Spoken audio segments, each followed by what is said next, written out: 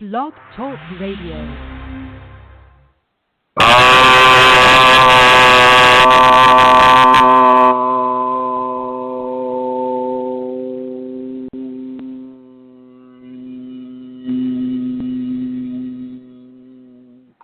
Hello, everyone, and welcome to this program about your Kundalini awakening experiences.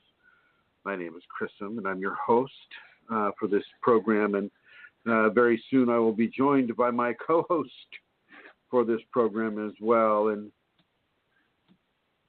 I just want to say that it's a very interesting thing to have the Kundalini come upon you and to make changes within you, and to all of a sudden have the landscape, the inside landscape, changed so radically, so quickly, and so permanently without you ever having to crack a book or to go to a school or to, listen to a teacher or a preacher or a guru or anything like that. And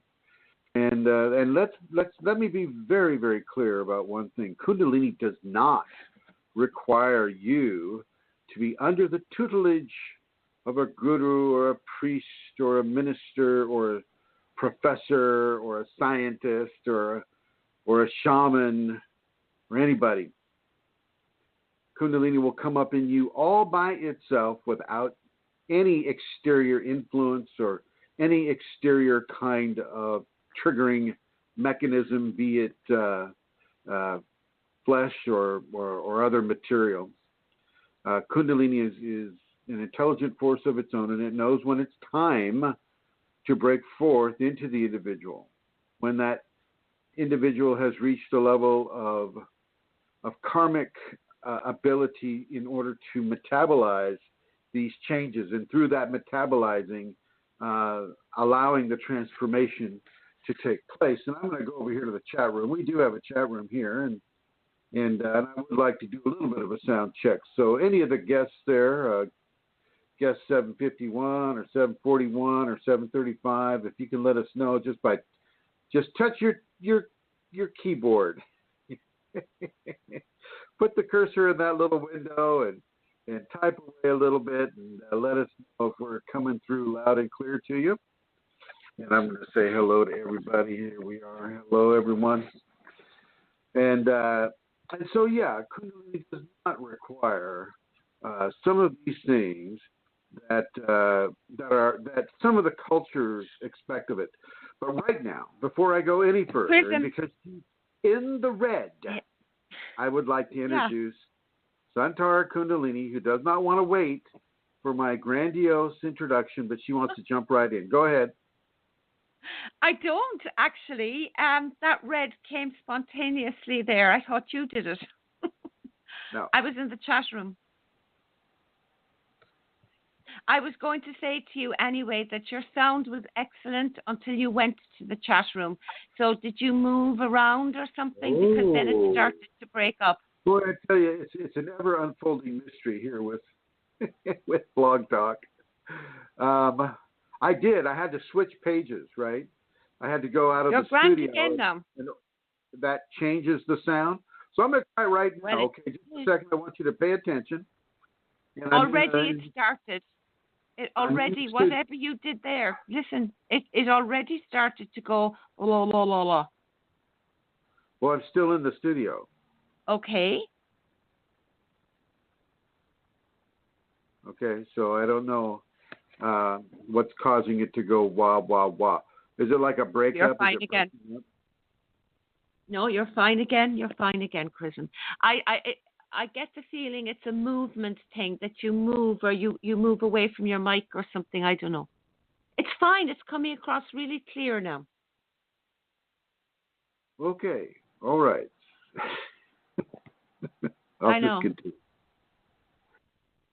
I'll just continue and hope for the best. Could Vicky be is this there. computer Vicky, can you type in? Okay. So, ladies and gentlemen, we fairly commonly we have to do these little bits of sound check because this is an internet based studio that they give us here, and the sound is not always what you'd get at a radio station. And even though they kind of they try to make it look like a radio station, it's a BlogTalk radio, and they give you this on-air red sign and how much time you have left and all this stuff. But the sound quality doesn't always get maximized to the point where a radio station would give it to you. So we do these little sound checks here. And Centaura, has she indicated? I'm afraid to go check the chat room now. Yes. So far, all sounds good since she came on. And here's Michelle. Hi, Michelle. Okay. Maybe you can write out those highs and hellos. I'm going to go ahead and continue.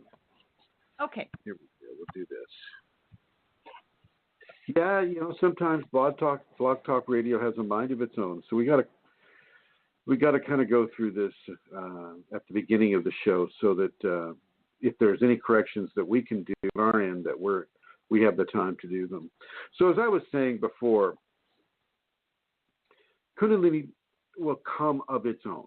You don't need to have a sannyasin. You don't need to have some holy man or holy woman come over you and give you Shaktipat.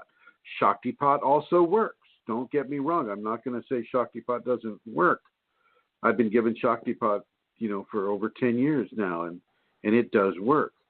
But let's just say, you live in an area where you're unable to receive a Shaktipat, but you still want to work with the Kundalini. Well, then you do the safety protocols, and you just allow the Kundalini within you to respond to those safety protocols. And you can reach the safeties at www.kundalinisafeties.com, and that'll take you straight to a website that tells you how to practice the safety protocols and gives you some more information on top of that.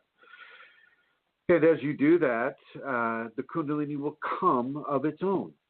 Now, don't get me wrong. It can be a very, very huge blessing to have someone who's walked the path before you help you understand what those colorful little orbs are, and oh my gosh, is that 6-inch man I saw standing on the edge of my bed real, or am I going crazy?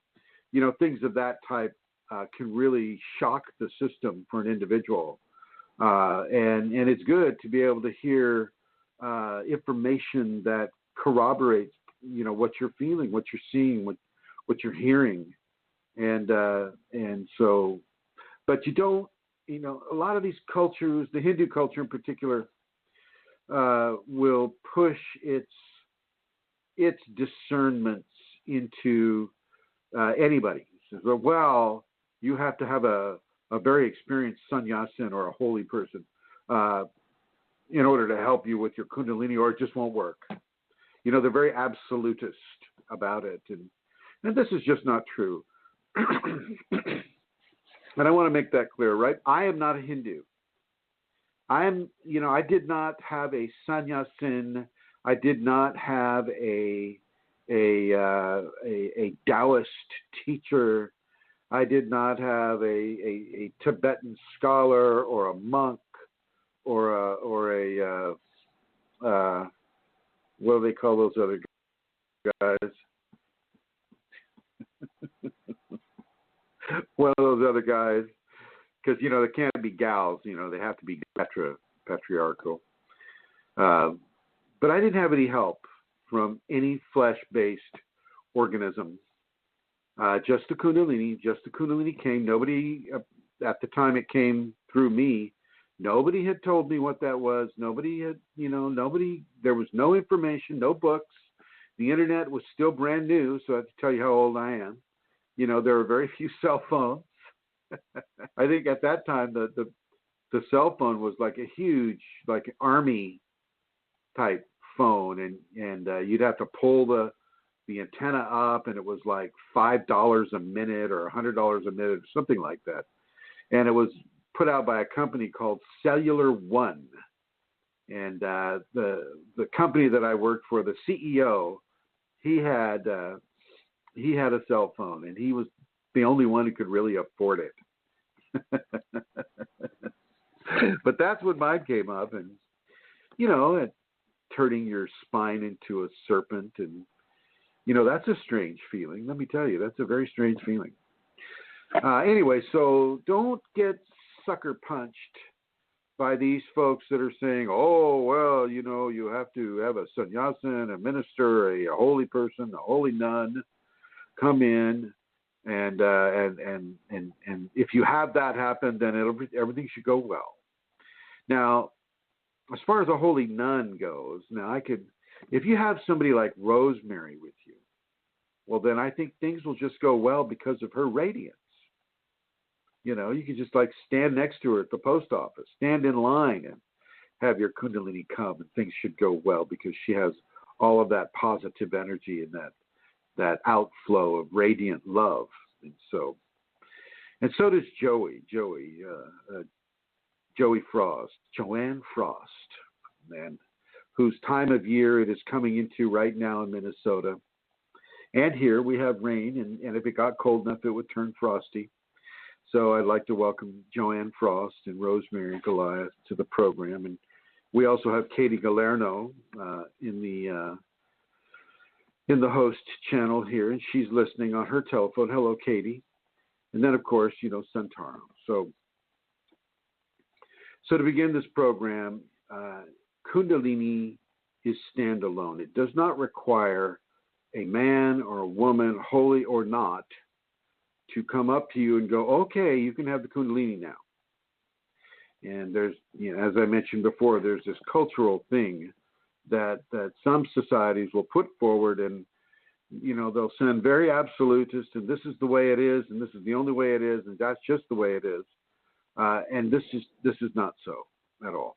There are 9 million pathways up the mountain, and 9 million different ways to receive the Kundalini, different patterns of activation, different patterns of awakening. The patterns that I like to really push forward to people that I feel are the safest patterns are, as many of you have heard before, the bottom to top pattern, going from the base of the spine to the top of the head at the fontanelle. And I feel that these are the best and safest pathways to take. And, I keep saying that word, safeties and safe, and it might put into your mind the question of, well, is it dangerous? Is exploring the Kundalini a danger to me?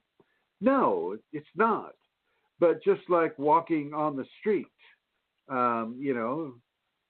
you can encounter other life forms, other consciousness, other levels of existence that will cause you to have to learn how to interact, shall we say. You might have to step around that boulder. You might have to, climb over a tree. You might have to cross a river or a creek, or you might have to jump across an abyss to some degree. And these are the things that, when they happen to us in the Kundalini land, they're quite a bit different than how we are able to perceive them in the corporeal land. Kundalini land has levels of rules and understandings that are quite different from our 5 sense physical environment. And yet there are also many, many, many reflections of the 5 sense physical environment within what I'm calling Kundalini land, which is the behind the veil landscape, behind the veil environment. And to talk a little bit about that, when you have the Kundalini come up to you, you may start seeing orbs of light. Some of these orbs, if you're in a historical area like I was able to photograph some orbs in Ireland, where Santara lives, and we were in one of the castles of the O'Connor Kings, and I was taking pictures of what would have been one of the major royal rooms that now doesn't have a ceiling and is open to the air and everything. But still, there were remnants of entities that were connected to that time. And by entity, I mean a soul or a spirit or a consciousness of an individual that was connected to that ruin and probably having a karmic connection or a karmic debt being paid. So they're tied to the area. And you're able to take a picture of these things, which means that, and I believe this is digital photography. And so they're coming up on digital photography. And these are actual things. These are actual things that move out of the vibrational frequency of what your human eye can see, except within certain circumstances. So even though I couldn't see that orb of that individual there in the daytime, I think it was around 3 or 4 in the afternoon. And I'm going to bring her on because I can't remember the name of that place.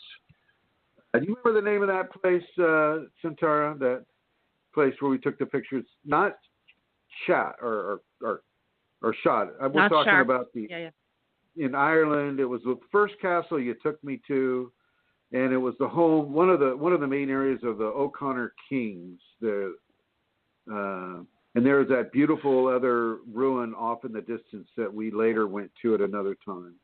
Did a few videos. Oh, you're talking about Cashel. About who? The Rock of Cashel. Yeah. Oh, Cashel, like a cashew, right? Yeah. Is it the one that was up on the rock, and we went down to the Benedictine or one of these monasteries later? It was made, and the entire castle was made out of cashew shells, right? Yeah.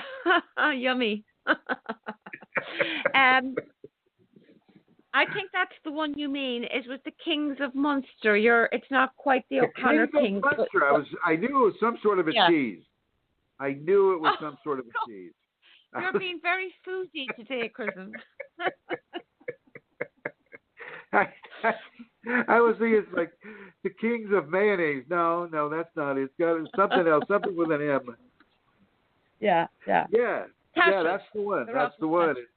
And in these royal rooms, they actually kept their dead embedded in the walls of these royal rooms, and so you would have like your great Aunt Jenny, she'd have been entombed inside the wall. Do you remember seeing those tombs? They're buried on the ground or on the walls sometimes. Yeah. Quite normal practice at the time. And these castles go back at least 1,000 years, don't they, or something like that? Yeah, a long time. Yeah. Right, and so that entity had been kind of, there for quite some time, and that kind of tells you what a karmic bond can do with a person's soul. Depending, of course, on the activity that person participated in. I'm being given to ask you if the people in the chat room are still able to hear. Santara, yes, the people in the chat room will let us know, Chrism, if it gets bad. And I'm watching. Okay. It's fine. Thank you. So these orbs come in different shapes and different sizes and different levels of brilliance. The typical Kundalini orb, you don't have to be in a holy building or a ruin, a ruined castle or anything.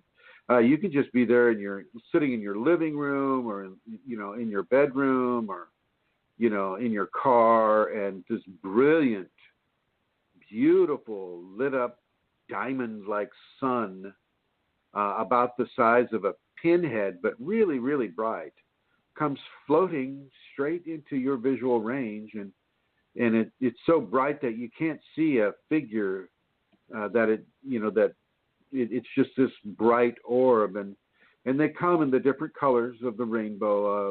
Lots of time they're blue, lots of time they're white, and they can be distinguished away from, say, other forms of Kundalini energy that are teardrop in shape. And if you do a certain kind of spinal twist, you can release some of those energetic forms into your visual field as well. And they're actually a lot more, for me anyway, they're far more, there's many of them. I mean, there's many individuals. It's like looking at teardrop-shaped fish just kind of swimming in random directions, but they're very, very bright, and they leave kind of a streamer behind them. That's another type of energetic particle or consciousness that you can see by virtue of the Kundalini. And these lit up orbs or suns, what I call a Kundalini sun. They're with you for a while. You won't be surprised. After a while, you kind of see them. You go, oh, wow, that's beautiful. And as they come in the different colors. Sometimes you may find them embedding themselves inside one of your eyes, and this becomes a pearl, one of the Kundalini pearls. And it's typically the blue ones that will do that. And I've got about 8 inside of my eyes right there. And I have a picture of Dopey from the Snow White and the Seven Dwarves, and they did an interesting drawing of him when he was swooning from the beauty of Snow White. They literally drew him with 6 different eyes per eye, on both sides of his head. And I thought that looks very familiar to me. And, one of these days, if I can find that picture again, I'll definitely post it. These light experiences, they're friendly. They're not there to hurt you. They're bright, they're warm, they're beautiful. And they're a part of you now. They're a part of the energetic anatomy of your Kundalini activation or awakening. And they'll come whether you're in the activation or the awakening. And of course, the difference between the two is the activation leads one up to divine merge, and the awakening is the result of the divine merge. And so what we have right there is kind of a triangle. You're starting from an activated standpoint where you have a very, very strong level of contrast to the energy that's coming through you. So you're feeling everything very, very strongly due to that contrast. But as you acclimate to the energy, and as that energy matures itself within you and you acclimate to it, well, then the contrast goes down, and you start feeling the different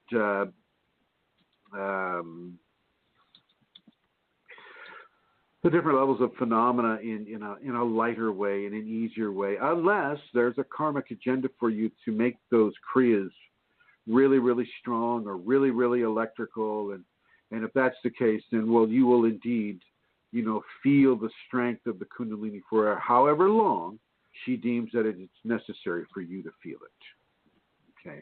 And that goes across the board with all the different phenomena. But typically, and I mean typically, a person will experience a kind of graduation where, as they acclimate to the phenomena, i.e., by acclimation, I mean they're no longer really, really frightened of it. They're kind of happy with it in a way, and they're embracing it and moving with it, and it's kind of a cool thing with them. They're going, oh yeah, this is very cool. I can do this, and so they move through their kriyas, or they move through the entity minefield, and they're continuing to mature upon their journey within the Kundalini. The phenomena can get softer and softer and softer until it moves to another stage. That next stage may be, very, very heavy vibrations inside of the bones, inside of the body. These heavy vibrations are so strong, and it feels kind of like you're having an internal earthquake, but these energies are, it's an energy of transformation, and the substructure of the skeletal anatomy are being being changed or being transformed, and these vibratory sweeps or rates that a person may feel are part of that process.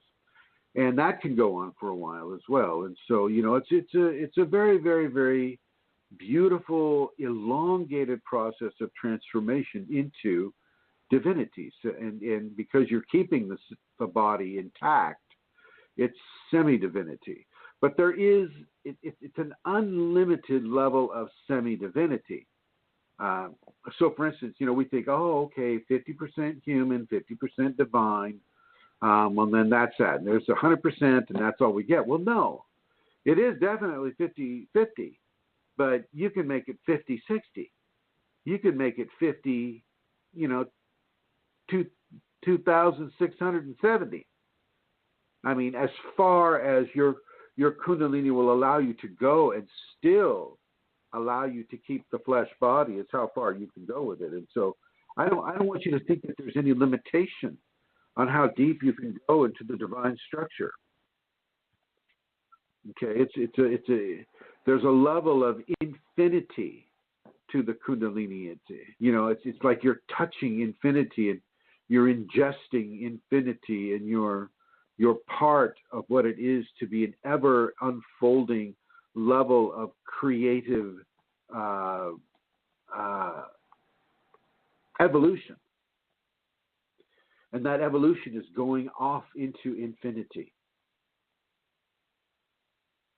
It's a very beautiful thing to have the Kundalini and to feel those levels of infinity unfolding and then acclimating and then reaching out and diametrically absorbing levels of infinity as you expand the orb of grace that you are. You're an orb too. Amelia's a cashew orb. She's got the cashew thing going. Cashel rock. All right, Amelia, I want you to go ahead and say hello to the people again as if I had just introduced you. Hello, everybody. This is Suntara, and I am delighted to be here.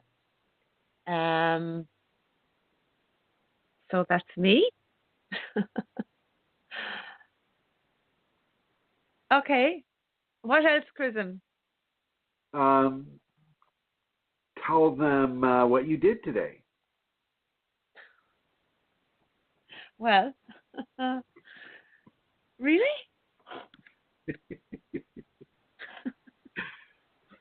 Do you need me to tap dance? Because I can do that. Well, I will go and speak about the... No, let's hear some tap dancing. I'm just curious what you come up with. I'm actually going to go to donations, if that's okay. I'm going to give everybody Sure, go ahead. I'm going to give people the donation sites that they can go to. So, okay, guys, if you would like to make a donation, and if you can afford to make a donation, no matter how small, it would be very, very welcome. You can go to KundaliniSafeties.com.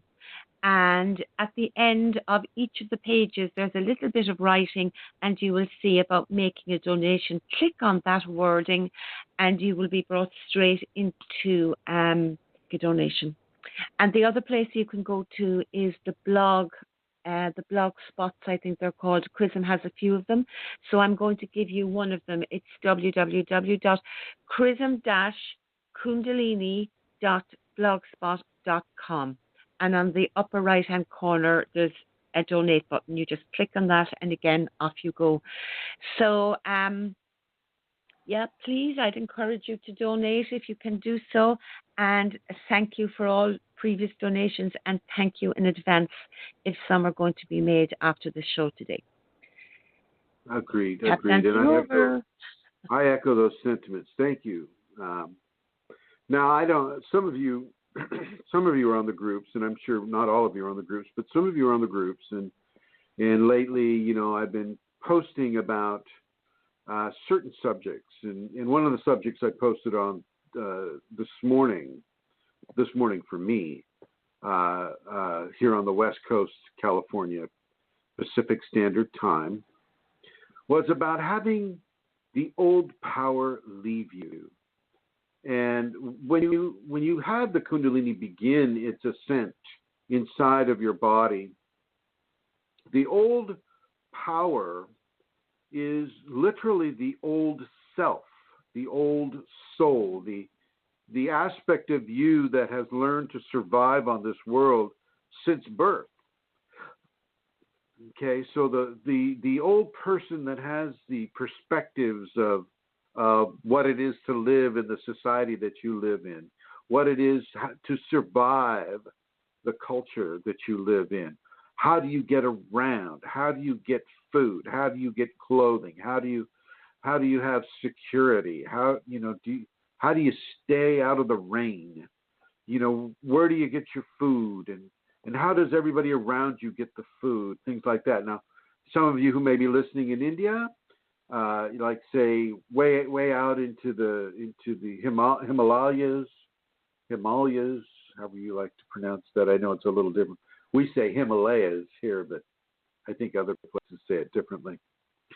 The more robust experience that you're having in the environment, the less opportunity you have, say, to go to a market or go to certainly like a shopping center that we have out here in the West. I know that Amelia has her own monogrammed parking spot in a shopping center called Tesco, and they gave her that because she was the one who shopped the most at Tesco, and they were so impressed with her shopping skills that they gave her that monogrammed parking spot. Congratulations, Santara.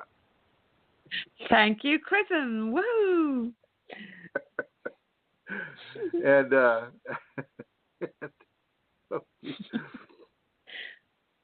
and so you not everybody has that opportunity. For instance, right before the radio show here, I had the two huge dogs with me, the dinosaur girls, in the van with me because I don't like leaving them in the house if I have to go out and do some errands. And I was in a Safeway, what we call a Safeway, which is kind of silly for a name for a grocery store is really what it is. And what it is, for those of you that have never been into a grocery store is a big building with different aisles of different types of foods that are collected on either side of the aisle, and you kind of walk down the aisle and you pick out what you want to have, and they're either in cans or they're in boxes or they're if they're perishable, they have plastic wrap over them to keep them fresh, that type of thing, and that is what constitutes our market. That's where the grandmas go to feel the apples and buy the bananas and things of that nature for the family, and it's very different in the different societies how you allow your old self to express itself.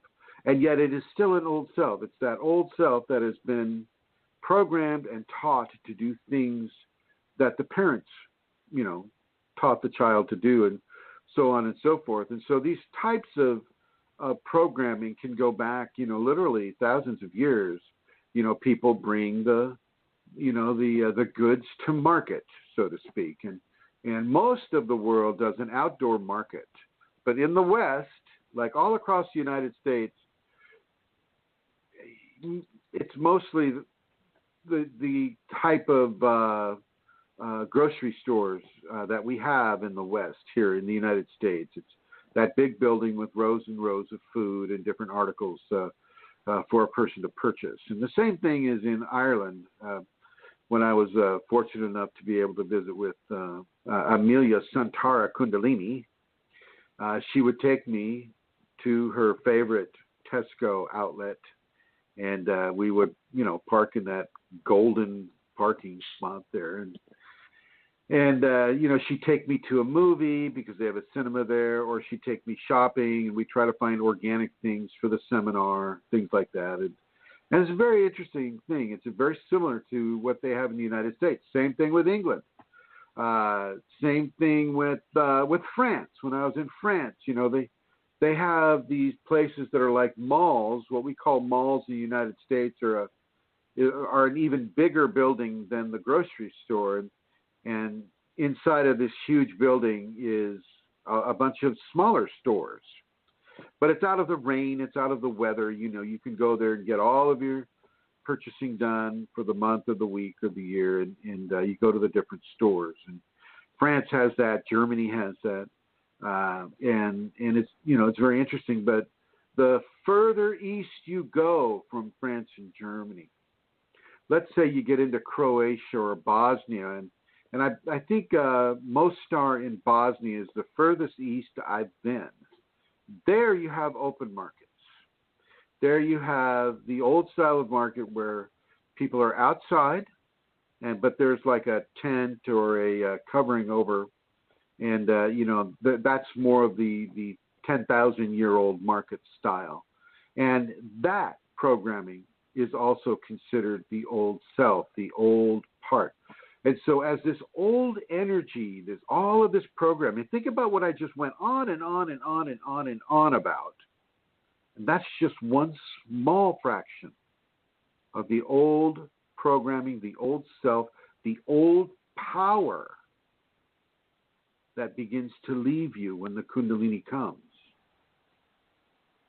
So as that old power leaves you, strand by strand, program by program, expectation by expectation, manifestation by manifestation, as it leaves you, the Kundalini fills you with the new energy of itself, the new energy that is not fixated on competition, the new energy that is not fixated on collecting things or having a strong level of attachment to the acquisition of physical items, the new energy of forgiveness, extreme levels of forgiveness, the new energies of tolerance, the new energies of love, the new energies of higher mental functioning expressions, the new energies of phenomena that defy scientific and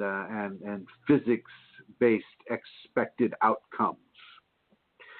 These are the areas that will begin to shift within the individual with the Kundalini, and it happens at different rates for each different individual. Some people will have it in their face really fast, and there's a huge jolt to the system, and the person is kind of left reeling in their shoes, and reeling means that they're left kind of unbalanced in their standing where they are, because the change is so fast and so furious. And others have more of a gentle, less vertical learning curve for them, and things will come, and they'll be given kind of an intuition on how to handle it and what to do and what it feels like and these types of things. And it's a different program of Kundalini infusion for each individual person, because we each come into this with different karma, as I've mentioned on some of the previous programs. But it's very, it's very, very, very intimate. And I want to talk about that a little bit right now. The intimate aspect of Kundalini leaves you completely stripped bare of everything. You're stripped of your manifestations, i.e., your house, your car, your belongings.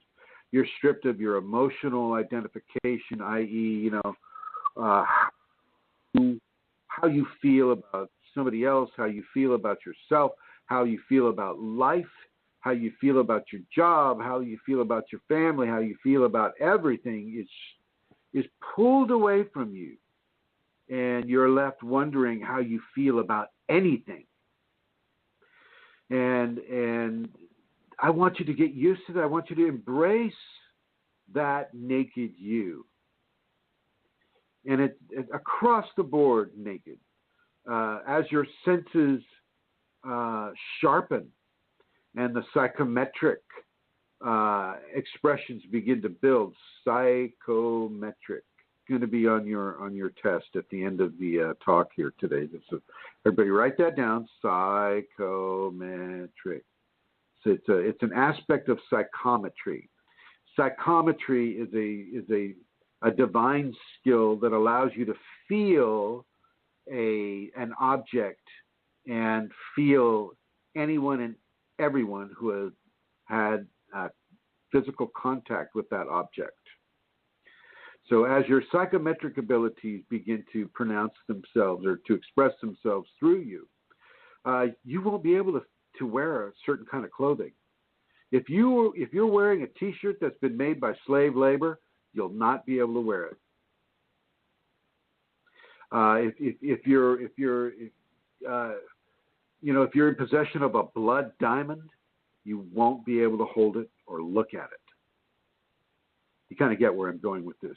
If you're reading a book that was, or walking on a rug barefoot that was put together by child slave labor somewhere in the Mideast, you'll feel the pain of that child. You'll feel the loss.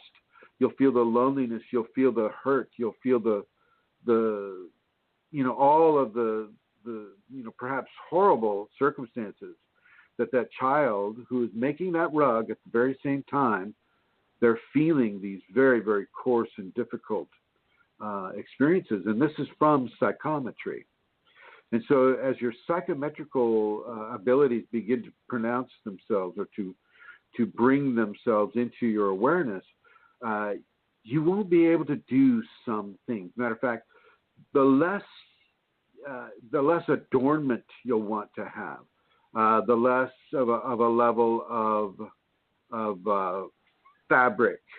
It may be impossible for some of you to wear fabric very much. This is why in India you'll see a lot of these sannyasins or these sadhus. They first of all, they stay in the jungle. Number one, they do not stay in a house. They don't stay in a shack. They stay out there in the trees and bushes. That's where they stay. That's where they want to stay. They cover themselves with ashes, the ashes of fire, and so burned holy wood, and then they'll mix that with water and they'll pat that on their bodies. Matter of fact, something I did when I was visiting the Amazon because it keeps the insects off of you. But anyway, some of you will become very, very skin sensitive to the energies of what passes as clothing for us, what passes as appropriate levels of covering for us. And it can be very difficult for a person that is, within that type of an extreme experience to find comfort. Cotton, though, like even machine harvested cotton, that has a fairly neutral thing to it. So, we grow cotton down here in the United States, in the southern states of Texas and some, like Texas, Louisiana, Alabama, Georgia, some of those states in the southern belt, they still grow cotton, and that cotton, is used to make T-shirts. And so, I'm covered in cotton right now. And some of the synthetics, are okay as well. But, some of the more, some of the handmade things, like things that are coming out of China or India or Mexico, it's a harsh environment. Like the shoes, the Nike shoes or these types of shoes that are sewn by people that are, making 10 cents a day or whatever it is. That can be very, very, very upsetting as you feel the energies of the person that is working that sewing machine, that woman that working that machine. You can feel that through psychometry. And so as the Kundalini strips you of your comfort levels about these things, she strips you of your comfort levels, she strips you of your expectations and how you're expecting life to be. So you were raised by your parents to have a certain level of forecasting of how your life is going to go. I know with Amelia Santara Kundalini's children, they have to, they go through grade school and then they have this big test, right, Santara? They got a big test that all the parents have to give the kids answers to, right? It's kind of a test for the parents and the kids. Yeah, that's an in-joke, guys. Kind of private.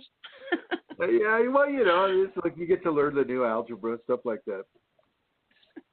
And that's put in there to kind of gauge the direction of that child's life, right?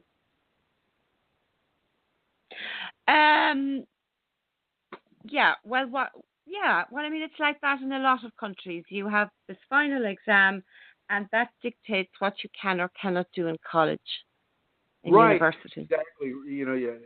Out here they call them the SAT tests, and that's what they call them in the States here. And if you score high on the test, well then a certain prestigious college will want you to come because they can see that you're open to having the higher concepts of scientific exploration or whatever it is. Yeah. And that gets taken away. Your focus on how you expected your life to become can be removed from you. And think about that now. Think about that for a second. Think about everything I've said, from the psychometry to the stripping away of your friends, your family, your relatives, your view on life, where you get your food, how you get your food, how you adorn yourself, what you wear, what you don't wear, and what you think, and what prognostication of your life that you may have had. Maybe you wanted to become a pilot, or you wanted to become somebody who a farmer, or a teacher, or any kind of profession, and all of a sudden that's kind of out the window. By out the window, I mean it's being removed from your understandings. It's being removed from your expectations. Your expectations themselves, of which that comprises this personal ideology. Oh, what am I going to be when I grow up? That whole expectation is being changed and transformed. And because of that change and that transformation, it too is being removed. Do you see the big deal this is for an individual? And these are just a few small things. This is just a scratch on the surface of the iceberg that comprises an individual. Are there any questions about this in the chat room, Santara? There is one question from Michelle. What does it mean when this happens? What it means is that does she have something she's going to describe? I'm sorry, am I answering too quick? No, she hasn't. But what's the next step? She says just now. Well, the step is surrender to this. As this occurs to you, and as you're having these definitions that you once lived your life by, these programs, these tations, these manifested thoughts, these teachings of your childhood into your adulthood, and perhaps what you've taught your own kids, as you have the Kundalini come into you, and these start to be taken away from you, you go with that flow. You say, okay, Kundalini, you can have them. You can have them. I am yours to do with as you wish. I strip myself bare for you. I will not in any way block. I will give to you everything that I am. It's like that mantra we said at the seminar there in Minnesota. I give myself to you, my Kundalini. And that's not just, I give myself to you at 6 a.m. to 8 a.m. You can have 2 hours. Okay, and the rest of it, I do what I want. It's not like that. It's you give your entire self all of the time. all of the time. And if you have children, she knows you have children, and she knows she wants you to take care of those kids. So that's not a problem. If you have a mother that's depending on you, then you take care of mom, and or dad or husband or wife, dog, cat, parrot, goldfish. All of the responsibilities of life, to a degree, are to be taken care of, especially when it deals with life. And this includes your plants. But the expectations of your culture, the expectations of society, the laws of the land, and I hate to say it like this, but the laws of the land only apply to you as the Kundalini wants them to apply to you. It doesn't mean you go out there and you run through stop signs because the Kundalini didn't say, okay, well, you don't have to use stop signs. No. Because that's abrogating the safety of other people. Now, if you're in Ireland, then of course they don't have stop signs, so I mean it's not a problem. But they often don't. They have roundabouts, which I think roundabouts are much better. They're more fun. You can just go. Yeah. I like to just go around and around and around in the roundabout. Just round and around and.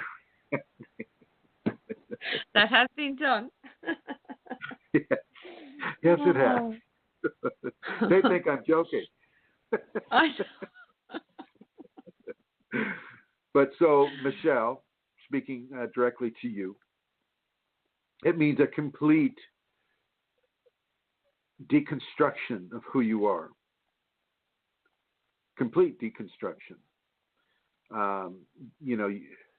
You stop wearing the clothing that you wear. You stop wearing the makeup that you wear. You stop using the soap that you use. You stop drinking the fluids that you drink. You stop eating the food that you used to eat, and that old energy leaves your system, and you begin to be rebuilt from the ground up.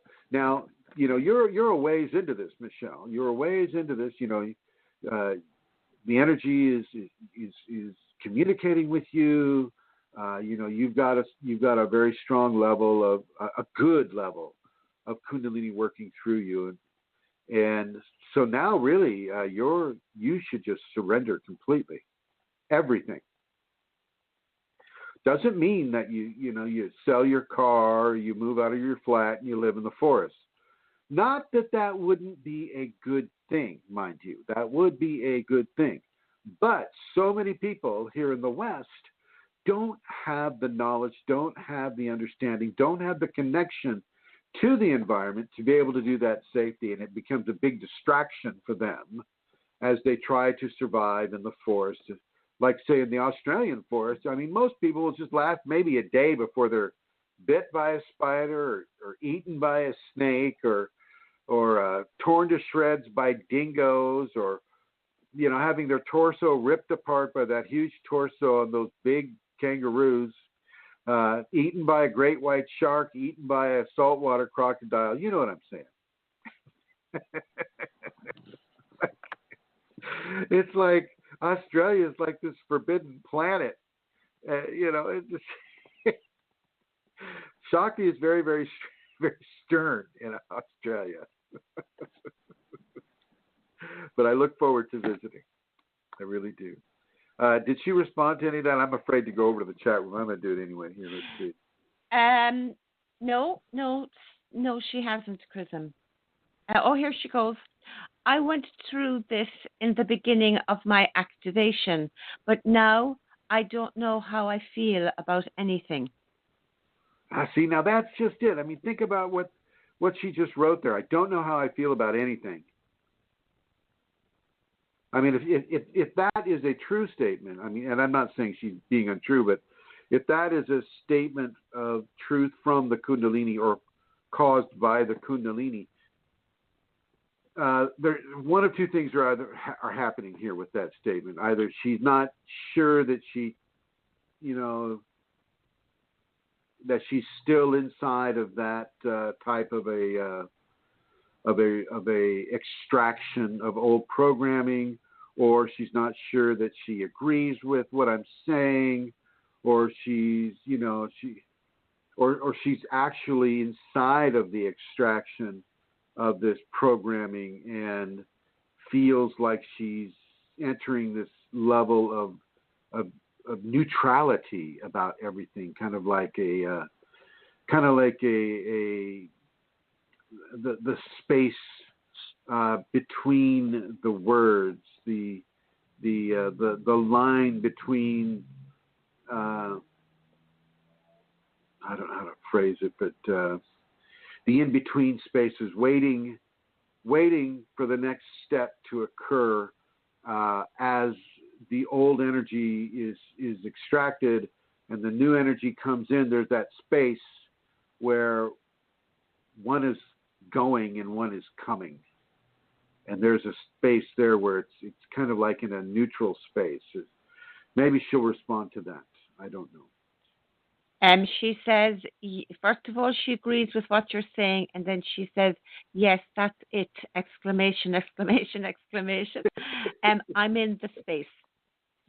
Yeah, and this is a space where kind of, it's before some of the great overlays of Kundalini, shall we say, engineering is pumped into your consciousness.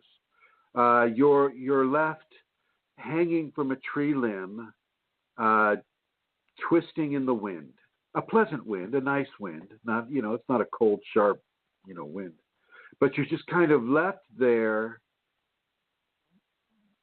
totally surrendered,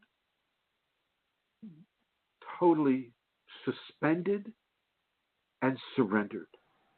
The only thing holding you to this earth is what, Amelia? This will be on your test. I failed. Sorry. You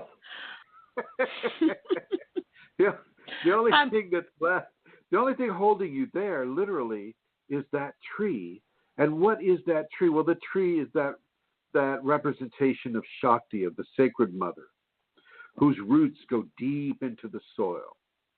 And she's holding you there. She has you affixed to one of her arms. And she's just giving you a breather between the two levels of understanding, between the two levels of infusion.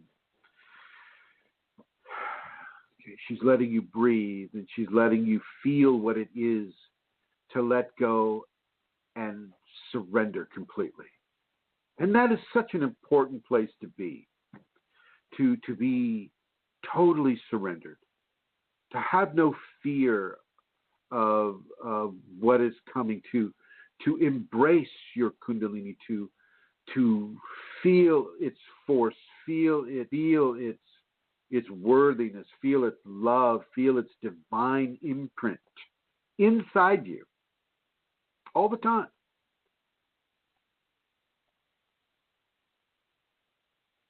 And the tears that we cry during this really are detox tears. These are tears that are a result of the extreme purification that happens to an individual. And for those of you that are in Michelle's boat right now, really let yourself be purified. Cry, cry, cry, and cry some more. Seriously. Let yourself sweat. Let yourself wail and weep and cry and drink lots of water and really purify the body, the 5-body system, the mental body, physical body, psychological body, emotional body, and spiritual body. Feel the purification of that 5-body system as it begins to open up to 100-body level of experience and interaction with the multiverse. Shakti has many, many arms. That tree that's holding Michelle up from that one branch, that tree has many branches. Each of those branches represents a plane of existence,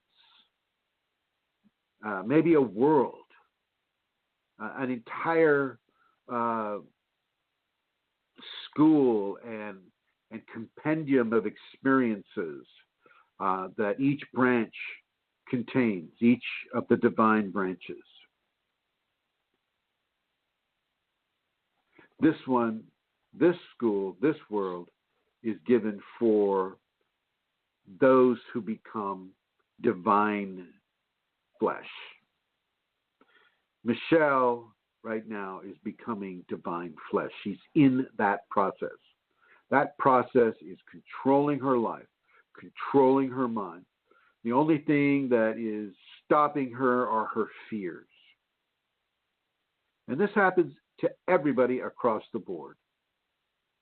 This is why I'm so adamant about what it is to be surrendered, to surrender yourself, surrender your mind, surrender your feelings in the heart, surrender the idea of ever having to feel embarrassed about anything ever again. That goes away. Surrender revenge. Surrender hatred. Surrender longing for anything. Open yourself to extreme levels of love that pulsates through you. Different rhythms of pulsations, but it's always a pulsation of love. It can be a pulsation of gratitude. It can be a pulsation of healing. It can be a pulsation of brilliance. It can be a pulsation of service for the environment or humanity and the environment or a huge level and diversity of gifts that can flow from the semi-divine individual. This is what Michelle is becoming. This is what Santara is becoming.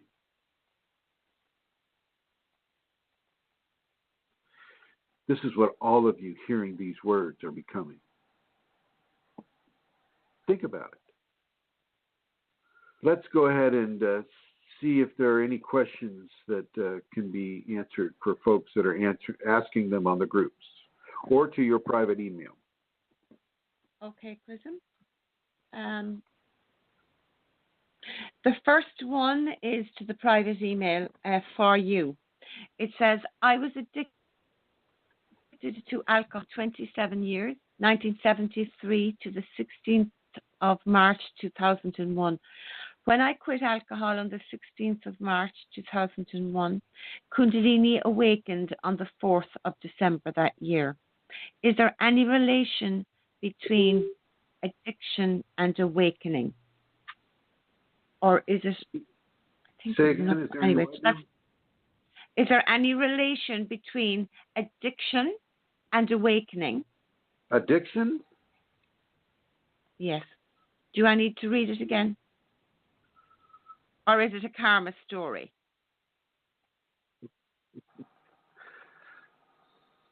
Read it again. I was addicted to alcohol for 27 years from 1973 to 2001. When I quit alcohol on the 16th of March that year, 2001, Kundalini awakened on the 4th of December. Any relation between addiction and awakening, or is it karma story? Well, the awakening can greatly reduce, if not totally obliterate, an addiction.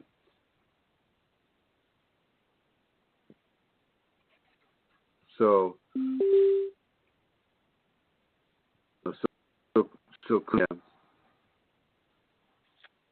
the awakening of Kundalini, as far as the relationship to addiction,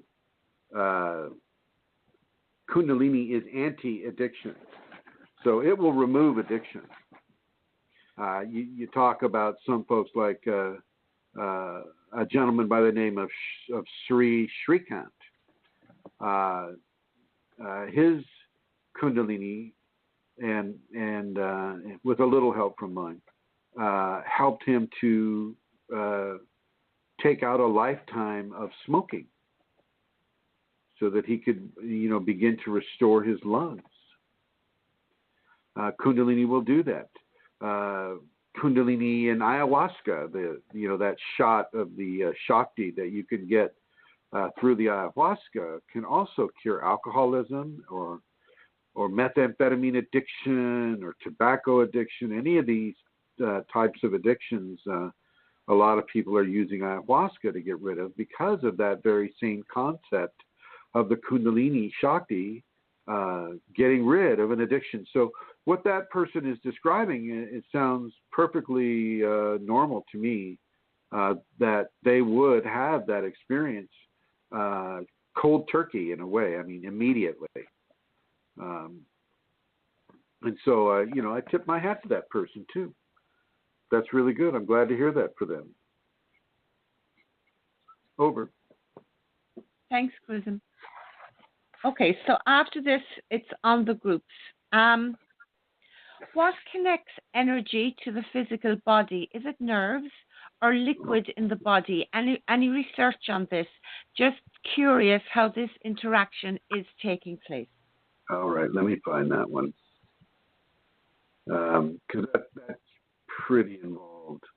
It's involved. It's written in a way that I Shakti wrote that one out. And, I have it if you want me to read it. No. Let me find it here. Okay. Probably. Oh my God! I've written so much. I know you're gonna get all the hard ones from you. Huh? Let's see. Well, you go ahead and read it then. Oh, I have it. Here we go. Have you? Okay. So this is it's held together by vibrational frequency, and vibrational frequency variations towards energetic and physical homeostasis. The connection is in the rate of energetic vibration. And these rates of energetic vibration pass through and merge through the energetics expressed by the body of light. Body of light would be the light that the collective level of light that is emanating through all of your chakras. And we're talking about 27 trillion or more chakras. Okay, we're not talking just the 7. And as these vibrations merge through the energetics expressed by the body of light, they merge into, they become like that living plasma of light. They move through the layers and levels of vibration, which are transited through stepped down systems of density. So it's like an electrical system where the step down means the voltage is down. So you wouldn't use the same amount of energy for a hair follicle that you would use to grow a toenail.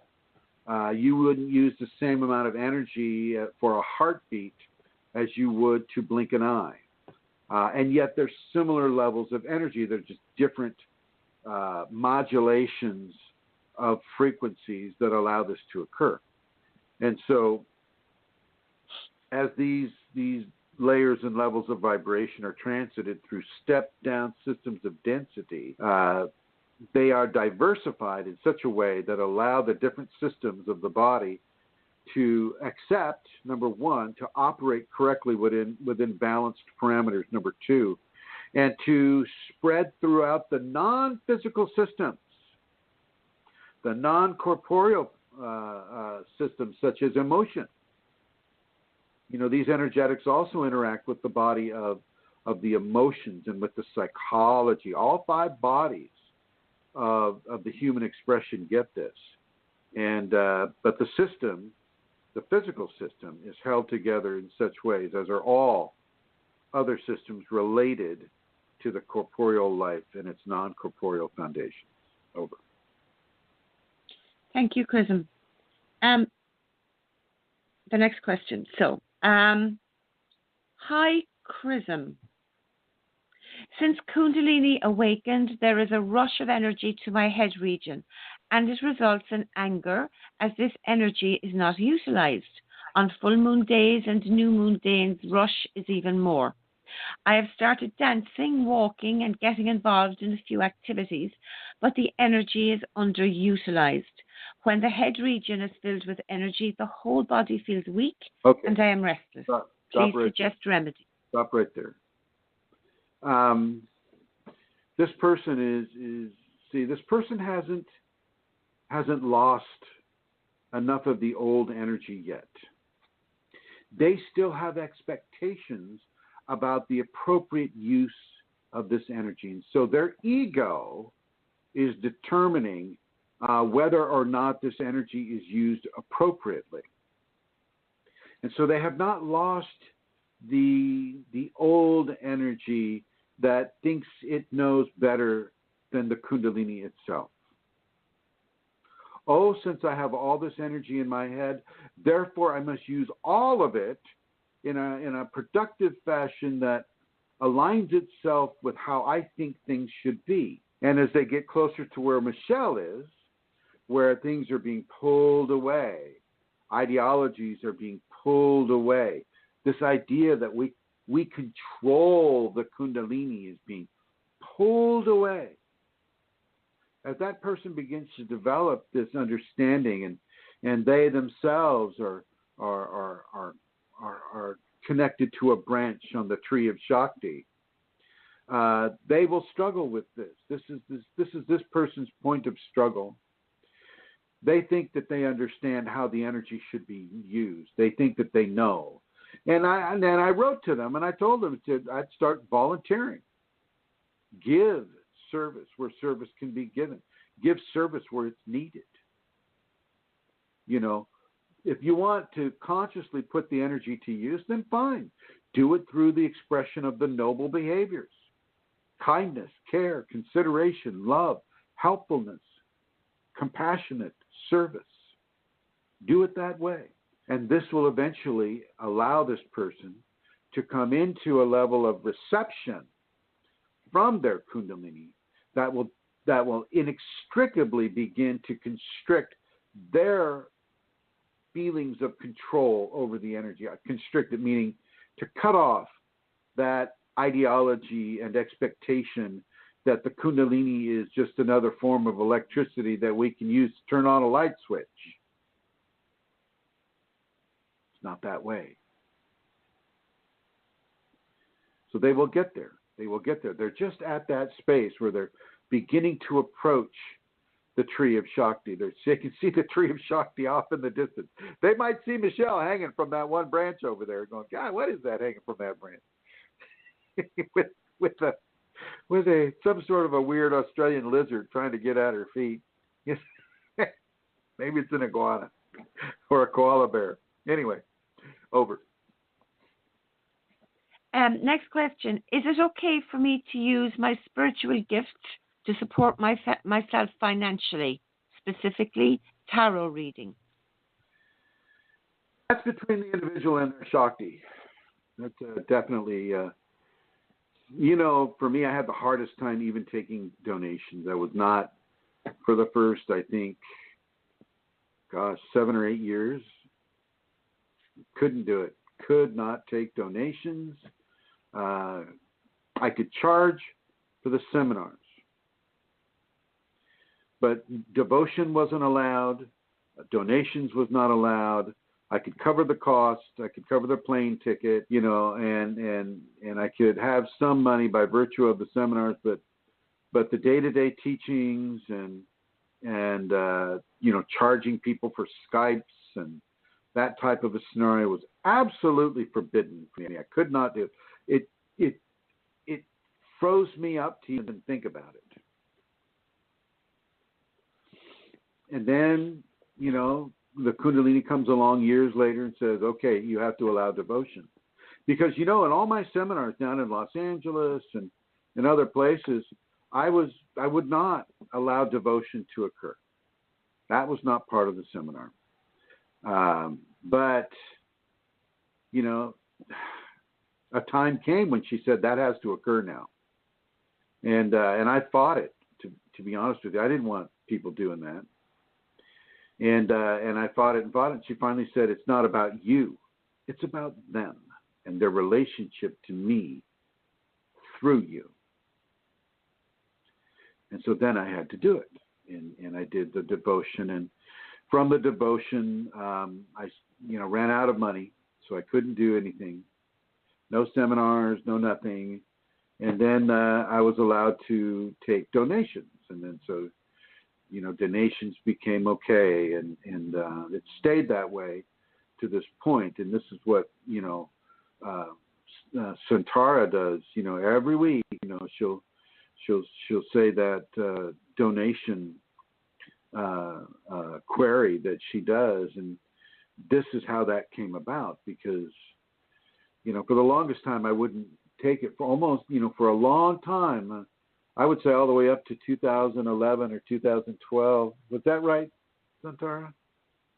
You recall? No, it would have been before then, Chrism, but before my time, I think, yeah. Yeah, because the first time I met you was in 2010 in Brazil. Yeah, and so 2009 on the groups. Yeah, for 5 years. Yeah, that's when all my money ran out, because I was spending the money putting those seminars together. And yeah, okay. Anyway, so this person wants to charge doing tarot. And as I clicked on their site, they're all about their tarot. And, it seems to be more of a commercial enterprise for them. And they just wanted to feel if it was justified, because perhaps their Kundalini was giving them a question mark about their exuberance in turning their awareness towards, say, a personal profit. So, that's going to need to be between that person and that person's Kundalini. That's not something I'm going to make any kind of an accurate assessment of. Over. Thank you, Chrism.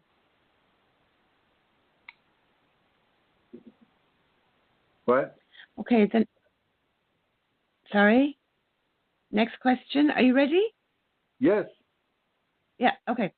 How do you feel Kundalini within your body on a daily basis? I mean, out of meditation.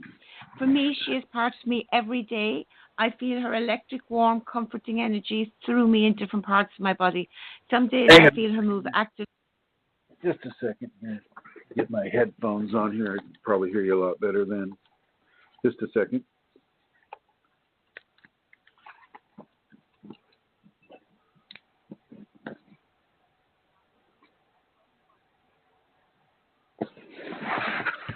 Just a second here.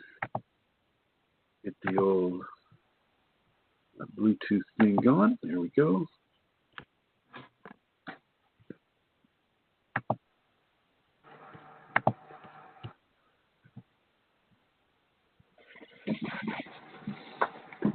Can you say something there, Amelia? Testing 1, 2, 3, 4, 5, Okay. 6. Go Yeah. ahead. Okay, so the person is speaking about how she feels, or he feels, the Kundalini within his body, and at times still shaken up by her while she is adjusting me, guiding me in the right direction. I've changed so much already and still feel change every day on a physical and spiritual level.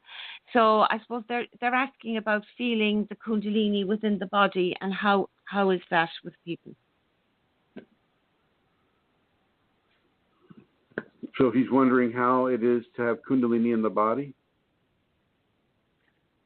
Specifically, how do you feel Kundalini within your body and a day? How do I feel with the Kundalini in my body on a daily basis outside of meditation, right? Yep. Oh. I've had this for, almost 28 years. It's constantly there. It's never not there. This is how I am now. I am merged in how does the yolk separate itself from the white in the egg? How is the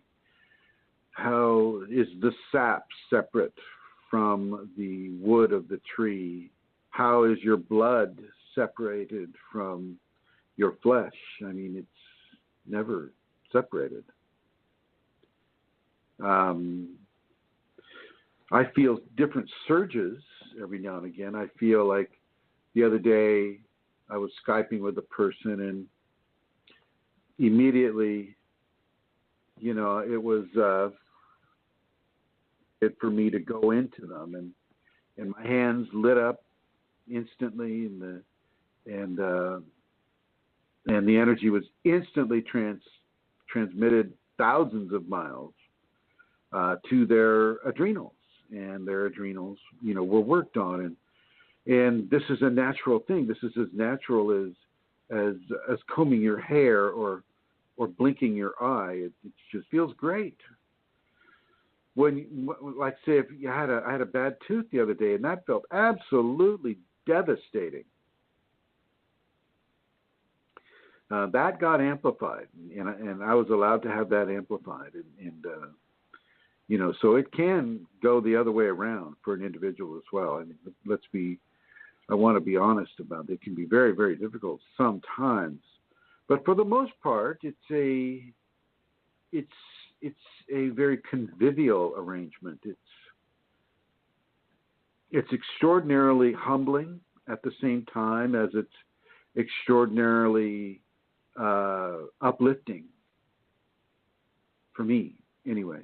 I constantly feel the energy that collects above the fontanelle. That's a constant thing for me. But I also feel it in other parts of the body all the time. You actually literally feel the radiance pouring out of you and into the surrounding environment. And it feels really good for the most part. 90% of the time, it feels really good. It feels as if you're here and not here at the same time. If you're dangling from the branch of the Shakti Tree, these things can be very, very heightened and increased than, say, when you come into a level of stability with it. But even within the level of stability, you're constantly expanding outward. That multi-directional expansion into multi-dimension is constantly occurring. When your consciousness moves through the consciousness of another creative life form, like a dog or a cat or a person or an entity, you can feel that. And depending on how that consciousness responds, typically it's good. But if it's an entity and say how do I say it? The response is not conducive, then the entity is either pushed aside by the energy, or the energy goes right through it without it being affected one way or the other. But that's dependent upon certain conditions. But it feels like you're a Christmas tree sometimes. Feels like you're a lit up Christmas tree. And other times, it feels like you're that same Christmas tree with snow outside. And sometimes it's a mixture of the two. Over. Thank you, Chrism. Next question. I've been practicing Vipassana meditation for the last 8 months every day for 2 hours a day. I start feeling electric sensations all over my body after 10 to 15 minutes of meditation, and my breathing rate increases, and I feel like my body is being pushed upward. I also hear very strange sounds in my ear.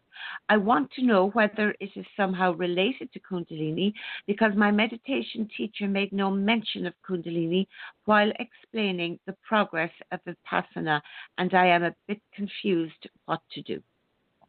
Yeah, Vipassana can awaken the Kundalini, and they need to get a different Vipassana teacher. They need to get somebody a little bit more informed about what what the effects of Vipassana can do. Just for those who don't know what Vipassana meditation is, it's like a 9-day or a 10-day Vipassana retreat where you go out and the genders are separated typically, and it's a vow of silence from the start. You do not talk verbally at all, and it's this form of meditation. For some Vipassana retreats, you go out and you sit next to a river or a creek, and you just meditate on the bank of the water, the flowing water. Other places you do it inside of a building, or but it's a constant level of meditation, a shared space meditation, and it can be very, very helpful for people. I don't have a problem with people that have Kundalini going into a Vipassana. I know that it will nourish their Kundalini. So for those of you that have been interested in exploring Vipassana, go right ahead. But you can expect some Kundalini phenomena from it, like Kriyas or whatnot, and those may be disturbing to the organizers of the retreat. It's just like the yoga thing, right? So you have the Kundalini, and you go to your local yoga studio, and you're down there, and you're doing downward dog, and all of a sudden, she wants you to do the fourth Tibetan with animal noises. It's like Amelia does all the time, and so with the animal noise. It has been known. I'm sorry, I shouldn't have given that away. My apologies. So yeah, it's like barking like a dog doing the fourth Tibetan, and they'll look at you and they'll go, "Oh, maybe this isn't the place for you, sir. You'll have to leave now." This has been done. This happens to Kundalini people all the time. It does. Huh? It does. I'm saying, yeah, it does. It does. I wonder if Blondie has that experience. Your daughter, who teaches the Kundalini, I bet she wouldn't kick him out, huh? Oh gosh, no, not at all. She would not. She hasn't had that experience yet, because I know she'd tell me. But she. Good yeah. But students have had that occur, and so, it's so in the Vipassana thing. The Vipassana is very, very strict. It's you can't communicate with anybody, especially the person sitting right next to you. And so if you have excessive farting, like or you have like a kriya and it twists you up, and you're making breaking wind noises, that's going to be disturbing to people, and they will kick you out. And typically those Vipassana retreats, they're not cheap, and so you want to be careful about kind of ask your Kundalini first if she wants you to go to a Vipassana retreat. If she wants you to go, then you can go, and you can rest assured, I think, that she will control the level of phenomena that you have, so that it won't bother other people around you. Over. It's interesting because Blondie, if you call her, she'd kill you. But anyway, she only asked me 3 days ago about Vipassana. She just said, "Mom, I wonder will I do a Vipassana retreat?" So I just checked with her and said, "You mean her. you? It'd be good for Blondie. You be silent. You be silent for 9 days." I think you'll have a breakdown. But anyway, yeah, she felt a pull to doing it, So I don't know. I hope she does it. I think it'd be good for her. Yeah? I think okay. She could do it. Yeah, she could do it. So moving on to the next question. Okay. I'm having a hard time with something. It has to do with forgiveness. I don't like to watch the news at all. It's so negative all the time. Even so, I often come across somebody who tells me about a story that aired recently. My problem is that sometimes I end up hearing about a story that I find horrific. Now, even if I say I forgive the offending party, I know it's not the truth and that I don't really feel that way.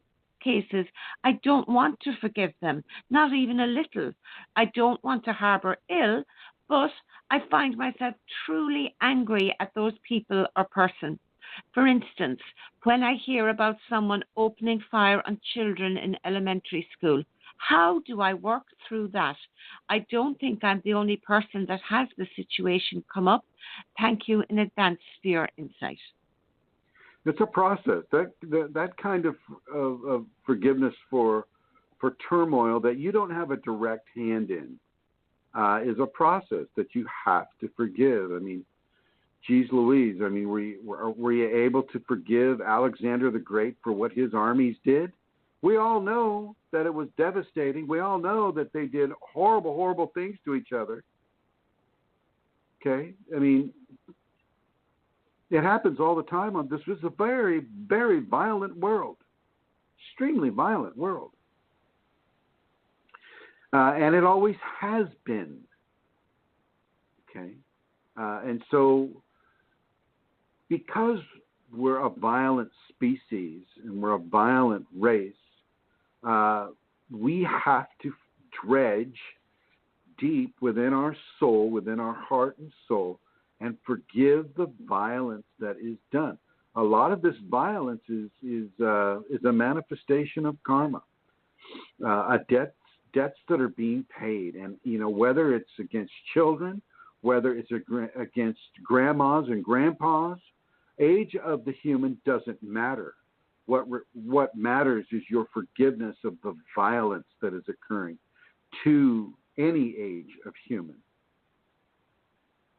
You must understand that most of the sleeping people are teenagers in adult bodies, and they go through a level of passionate excitation fueled from the male standard by testosterone and repressed sexual expression to a point where it can literally drive them crazy.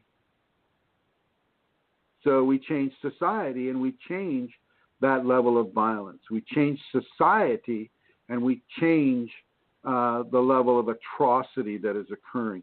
But that just means that a country next, another country will adopt it. Now, if you look at, even though slavery still exists, and there are many forms of slavery, it's not as pronounced as it was 200 years ago.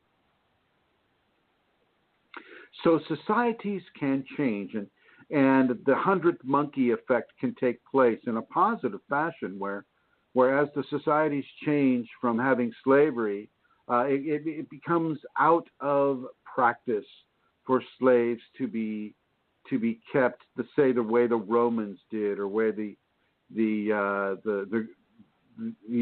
some of the ancient peoples kept slaves, or the ways of a couple hundred years ago in the United States, southern United States, using them as like slave labor, animal type of things.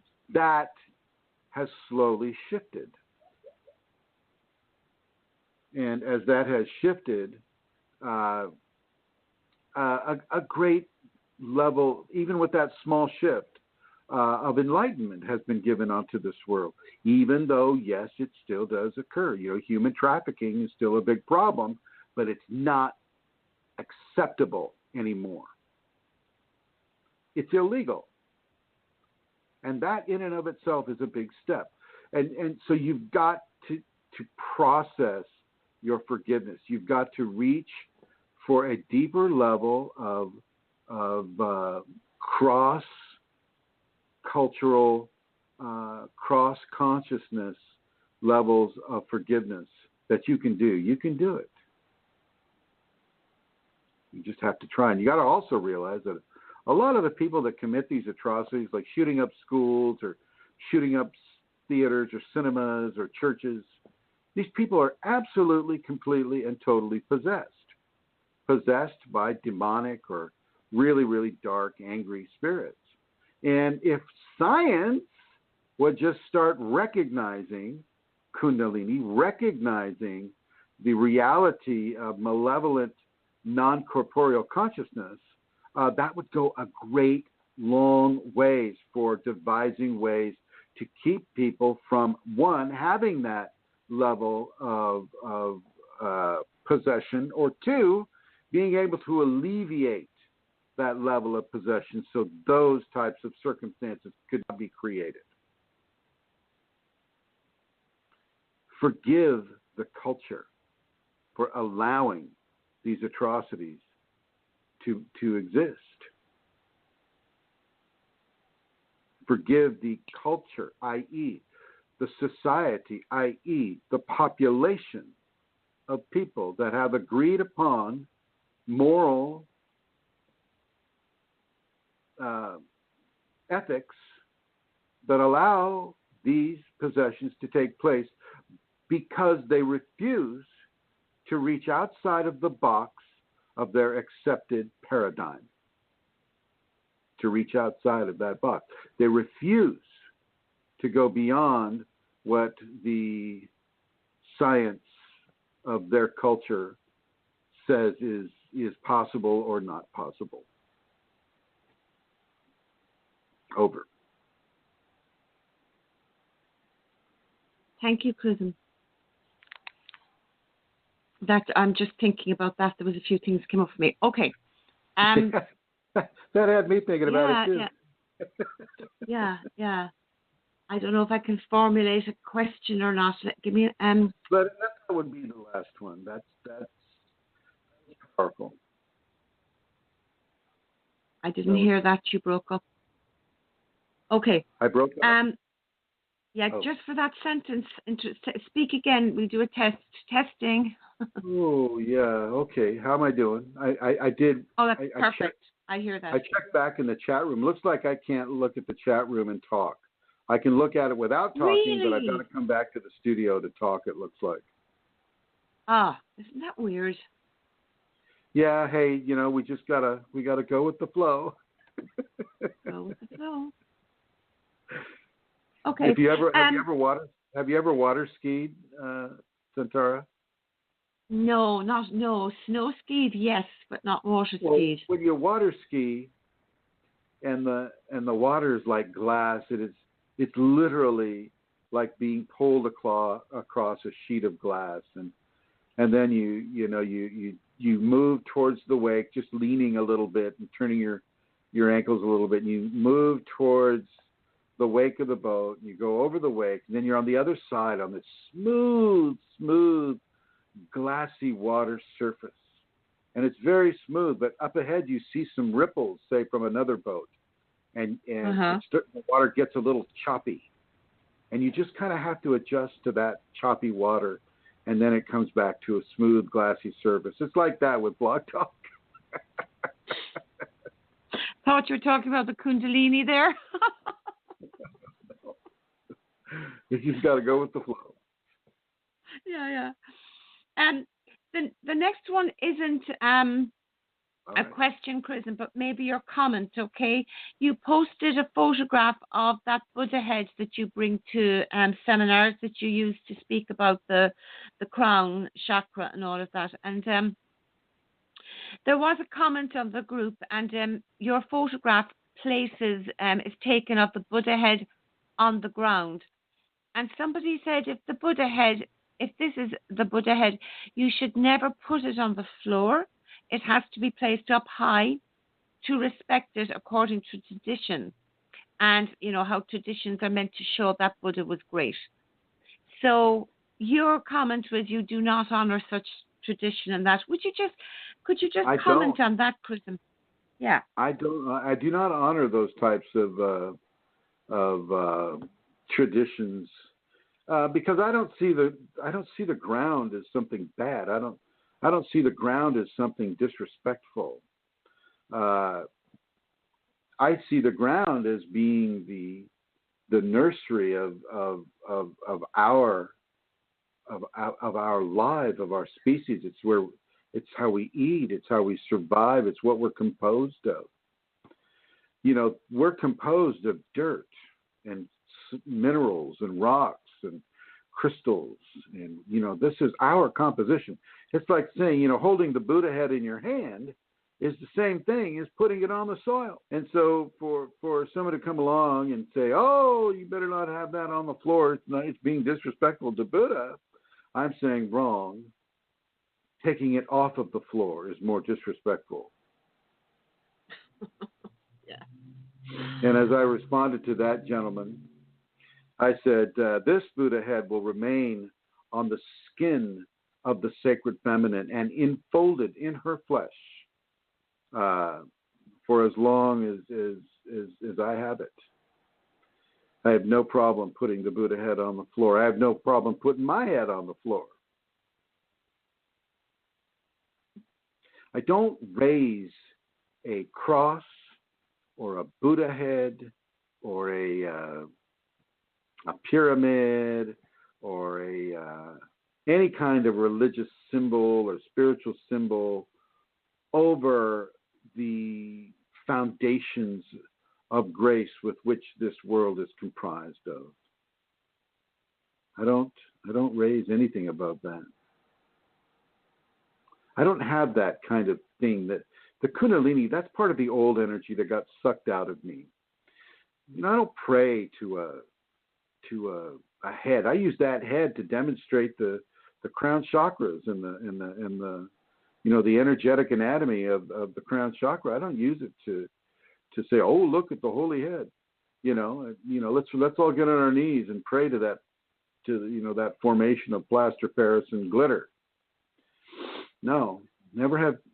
I can't say I never have, but I haven't done that for years and years and years and years. I don't pray to a cross. I don't pray to plaster of Paris saints or, many armed figurines from India.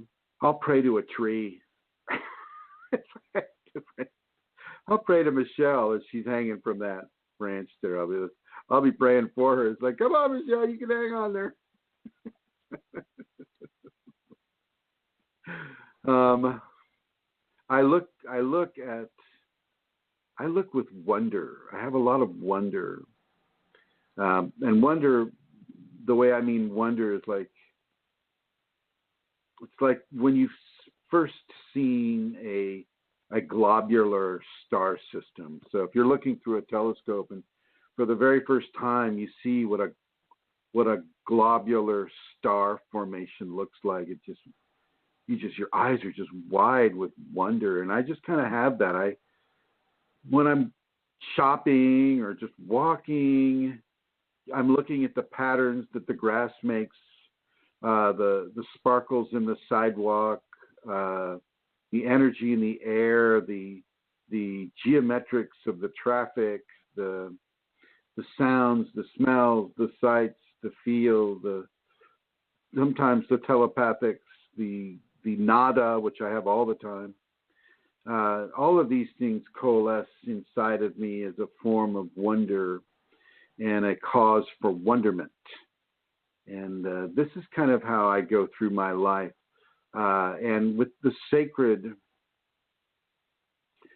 I like what the Buddha head represents as far as what it's showing, because I feel what the Buddha head is looking like.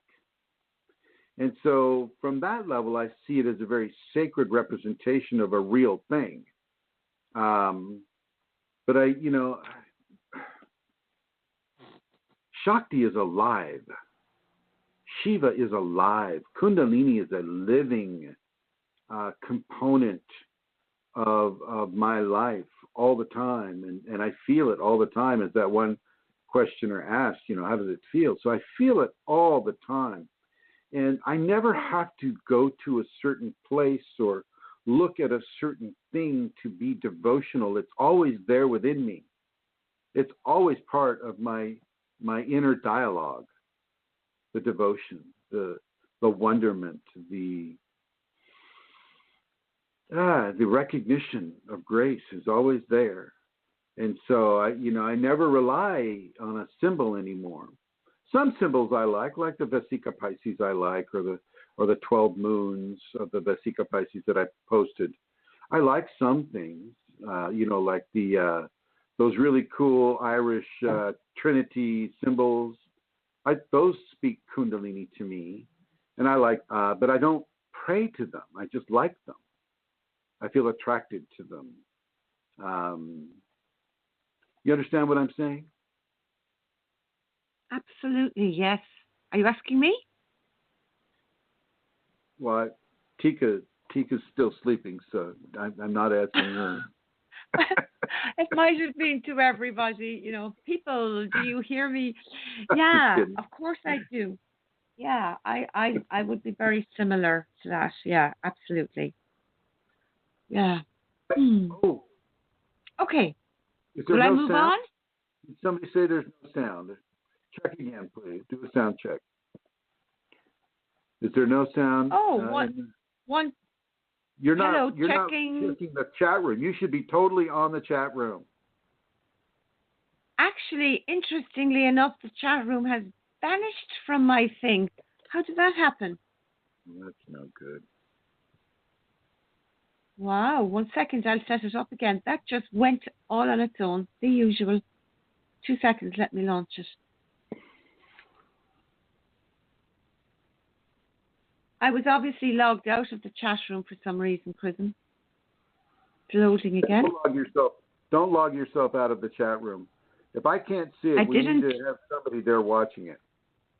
I didn't log myself out. That's what I just said. It did it itself. Yeah. Anybody answering? Or, geez, I wonder when it stopped. I have sound. Well, somebody says I have no sound. Were you reading that? Maybe you... Anyway. Can you read the chat room, maybe? I mean, just read it yourself? Yeah, you typed something there, though. That's what happened. You logged me out.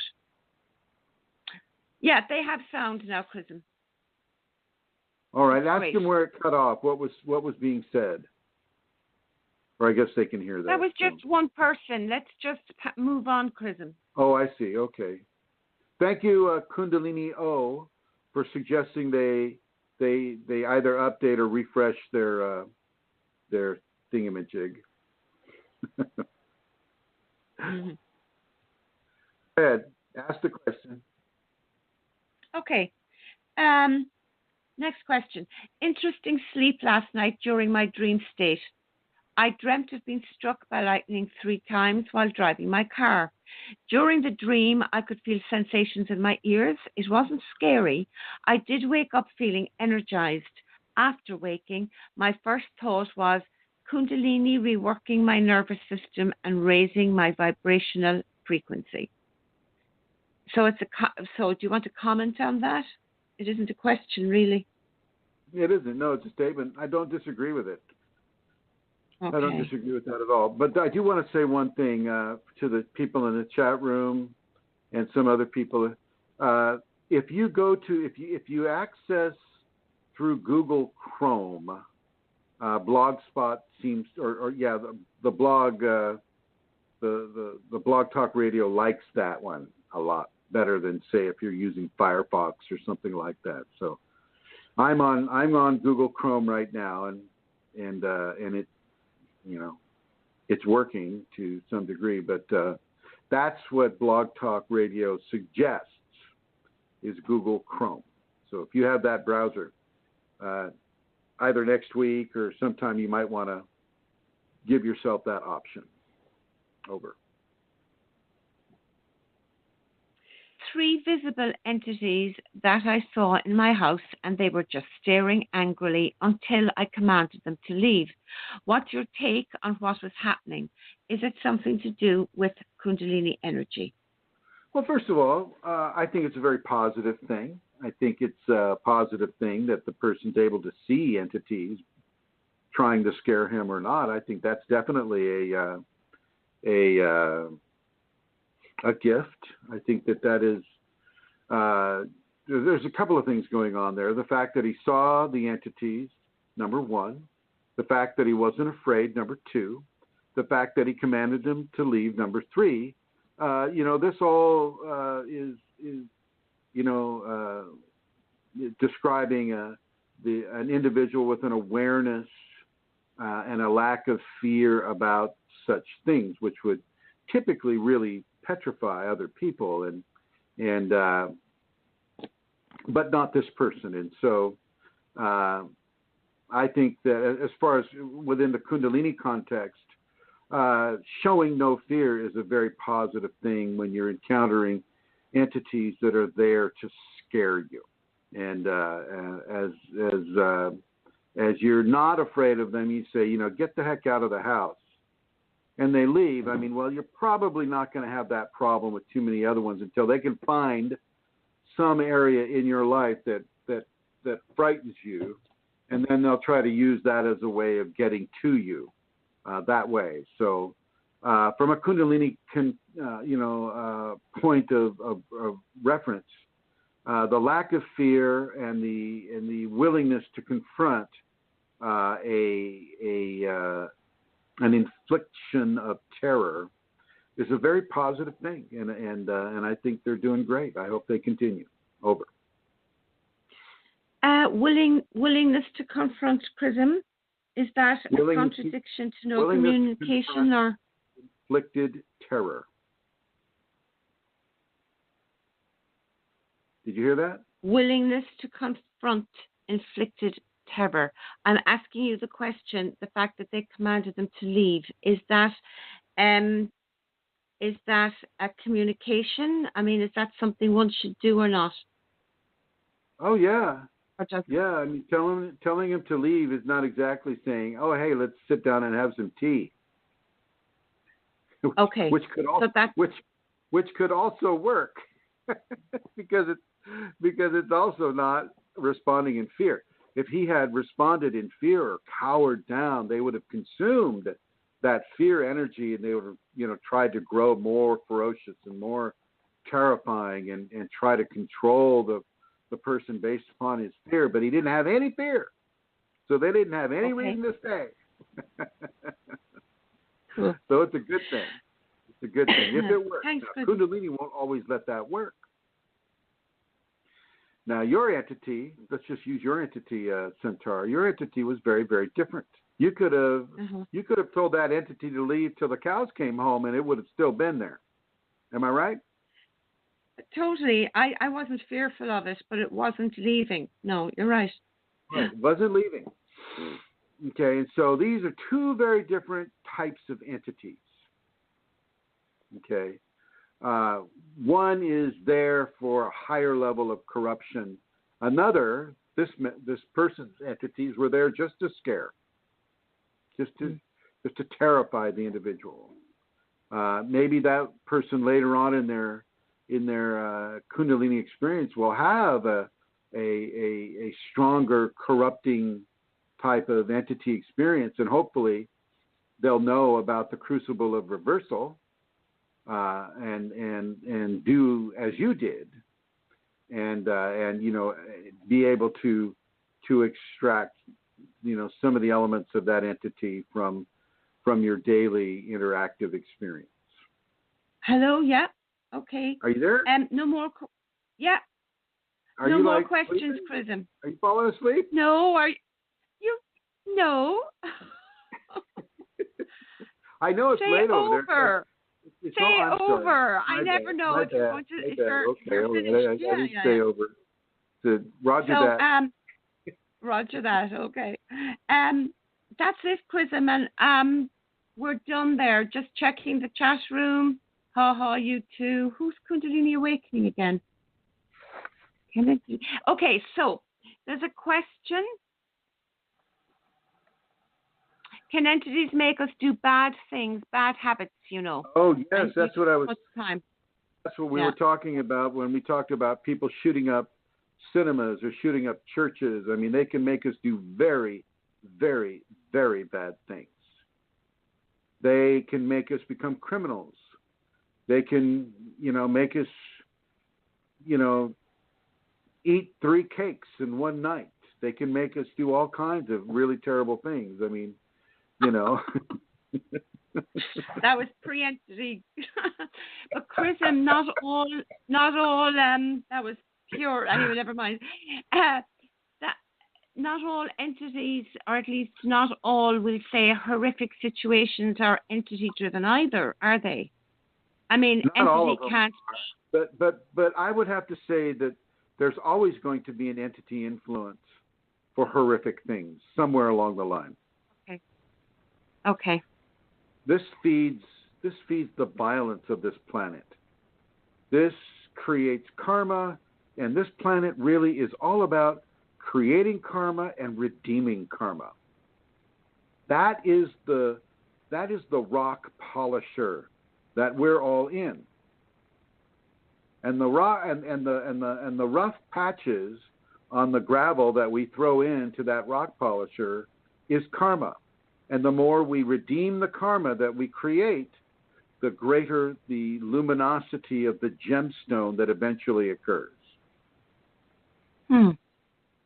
So let's say if you were to bring it down, Chrism, from, we'll say, enormous acts of horrendous violence, you know, as we were discussing, if we bring it down, say, to domestic violence, would that be entity-driven? Or fully involved in domestic violence. Fully. So are entities involved in all violence, Chrism? All violence, yes. Okay. Yeah, absolutely. Okay. Mm-hmm.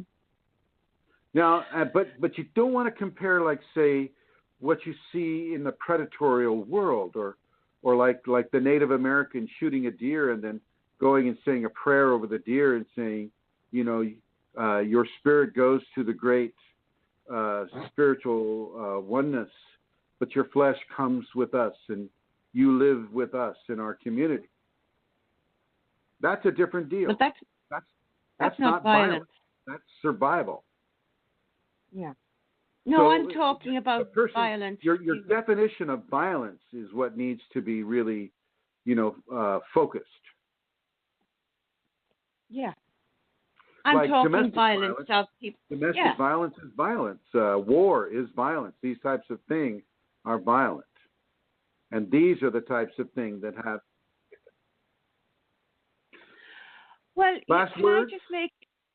Yeah, do we have time? We have still a few minutes. Like, I see a difference between domestic violence... Seconds. 3 minutes here. Let's 44 test it, seconds okay? here. 3 minutes, 23 seconds here. 38 okay, seconds I won't ask. I'll bring it up some other time. Go. Right. I've no final words. Okay, all right, everybody. Thank 12. you for watching. Thank you for listening. Thank you for putting up with some of the technological issues. We'll see you next Wednesday. Thank you, Amelia Santara, for your beautiful, beautiful gift of this program to the populations. And here we are. We'll end it as we started.